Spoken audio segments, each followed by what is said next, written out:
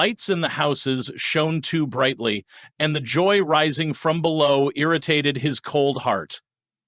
The Grinch, with his eternal disdain for Christmas, once again pondered how to deprive people of their favorite time of the year. This year, the holidays seemed to approach faster than usual. Homes were already glowing with lights, decorations hung on trees, and the air was filled with the scent of gingerbread cookies and cheerful songs. The Grinch stood at the window of his cave on Mount Crumpet, watching the Who's of Whoville don red and white attire, exchange gifts, and smile.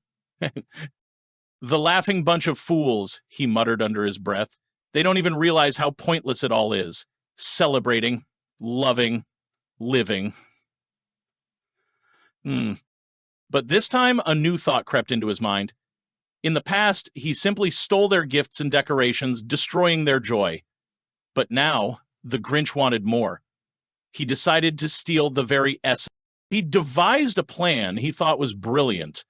On the night before Christmas, when the town was fast asleep, anticipating the holiday morning, he descended in his old sleigh pulled by his dog Max. But instead of taking decorations or gifts, he gathered every tree, every candle, even all the clocks, anything that would remind the Who's of the time and the holiday.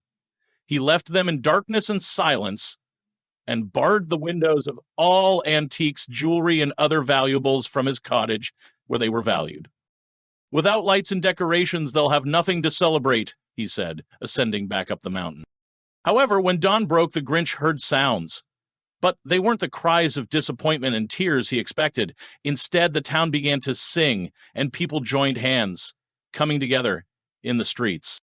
"They're still celebrating?" he exclaimed in disbelief. "But how?" And then, for the first time, his heart felt something unfamiliar. The joy the Who's created among themselves didn't depend on trees or presents. Their Christmas came from within. The Grinch sat in his cold cave, surrounded by the melody of a song that struck his heart. And though he hated to admit it, at that moment he felt something he had never felt before. But was a dream to force itself onto his mind. "Maybe Christmas is something more than I thought," he murmured, for the first time wondering if he could celebrate it with others.